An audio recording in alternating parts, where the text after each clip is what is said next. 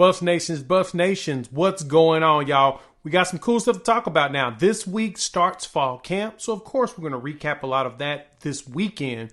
But on today's video, we want to dive into the watch list. Yes, the teams are now receiving the list for the players that are on the end of season awards watch list. So you got the long list of those awards. We're going to dive into each one of those. We're going to dive into the ones that the Buffs have made and, the chances of them actually winning it. There's a few more lists that's going to come out next week, so we'll definitely keep the party going then. So let's talk about that here on the Prime Time for College Football. Thank you for pulling up as usual. So first off on the list, we're going to talk about, of course, the main guy, the leader of the squad, the award that we anticipate should be handed right over potentially this coming season, because Shedeur Sanders is considered a top quarterback in the country, and he's kind of considered to be, getting drafted high. And so he ends up on the Maxwell watch list, which is given to the nation's top offensive player in college football. And honestly, with the numbers and the ability that Shedeur had, there's no doubt about it that he's definitely going to be a finalist or whatnot, because statistically, the way the offense should run, they should leverage his talents, and he should be able to at least replicate the numbers he put up last season. So having a season where he's tossing, 3,200 yards, 27 touchdowns, and only 3 picks, that's definitely warranted being listed as a potential finalist, because I anticipate him going up from there, right? He was almost 70% completion last season, right? A lot of us forgot that. We'll dive a lot deeper into that whenever we do the position breakdown starting next week, because baby, football is about to come. So we got to start talking the positions. We got to start talking the games and the schedule. But looking at this though, 3,200 yards, 27 touchdowns, I anticipate that to go up. The Big 12 is infamous for a lot of high flying offenses, a lot more even than the Pac was last season. And so that should go from 32 to at least 36. Maybe 4,000 as long as he stays healthy. The wide receiver room is stout, so he should be able to leverage that and get himself at least 30 touchdowns next season. That will get him looked at for the Maxwell. And then, of course, the O'Brien comes out, all the golden arm, all of that stuff should start coming down the line probably in the next week or so. But I do anticipate that Shedeur is going to definitely get elevated this coming season in the new Pat Shurmur offense. So that's Shedeur there. Next up on the list, you've got an Outland watch list to the nation's top linemen, right? You've got B.J. Green II. Now, this one's a cool one, right? B.J. comes in here, and he's already setting some tones. And so getting listed on that award, pretty big deal. And that just tells you enough about what the defense is expected to look like, right? B.J. coming over from Arizona State, and he was someone that was underneath Prime back when he was a kid.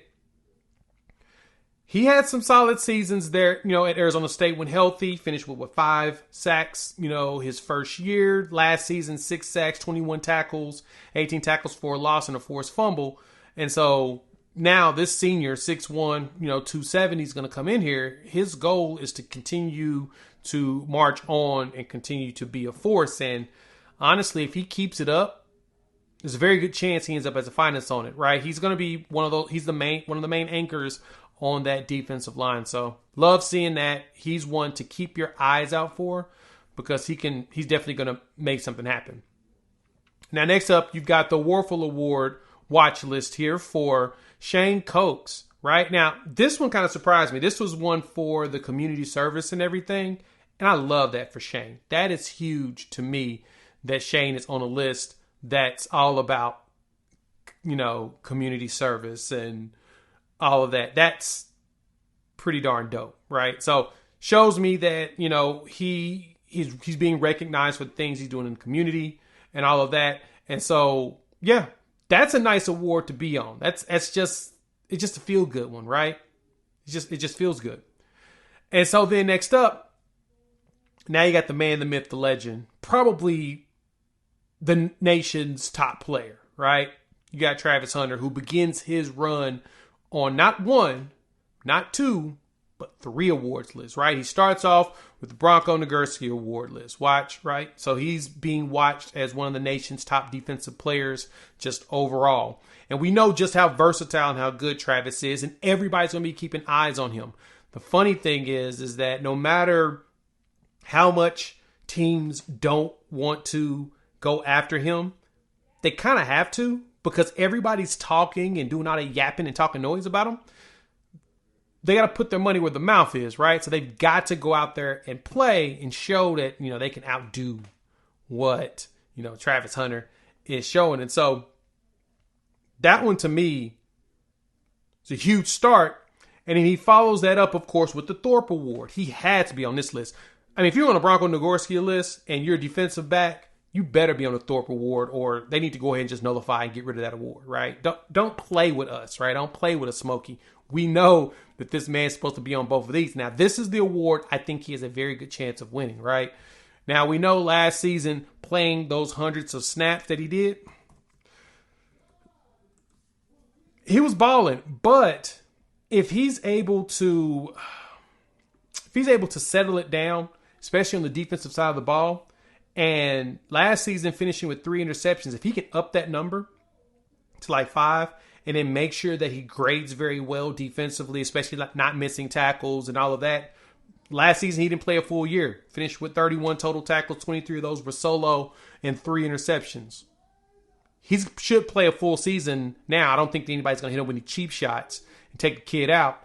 They don't do that. Hey, man, there's a very good chance that Travis Hunter ends up on one of the big lists. Period. Point blank. Can't beat it.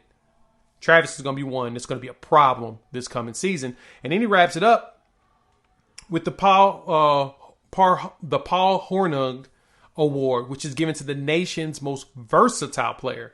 This award, first time I ain't seen it. I ain't going to lie to you, right? And I know most of the awards. It's mainly because I ain't seen this award on the video game. So it's definitely a newer award, as it's in its 15th season of existence, which, right around the time, we lost, because the NCAA 14 is about 14 years ago that it came out. And now we've got in college football 25. This award's a big one. And, of course, Travis Hunter's right there on the front page as one of the main guys that could be a recipient of it. So we anticipate that this man's going to finish up in a lot of these awards.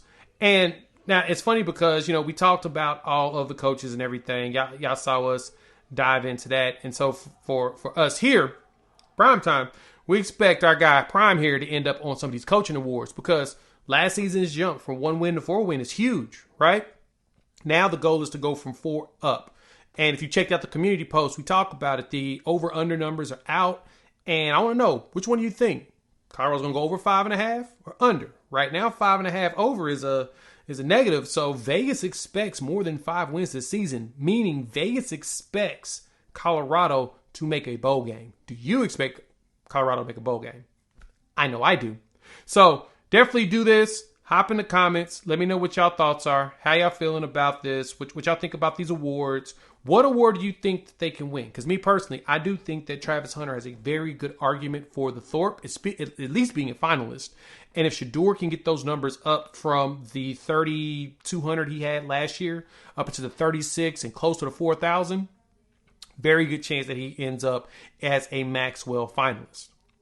All right, we're going to be doing a lot of content coming over the next week. I've already started recording up my previews, position battles, especially because camp, like I said, camp is going on the last 3 days. The pictures, the videos, the content coming down from some of the insiders has been fantastic. I'm going to definitely go in and get some, read up on some notes, give y'all some breakdowns. We'll drop that here over the weekend, as well as, like I said, next week, we'll start looking at the opponents. We'll start looking at the position groups and, make the magic happen. All right. Check out the last video that we made up here, the coaching staff, because a lot of y'all don't know who the coaches are. Check that out so you can learn all those names. Make sure you subscribe. We'll talk soon.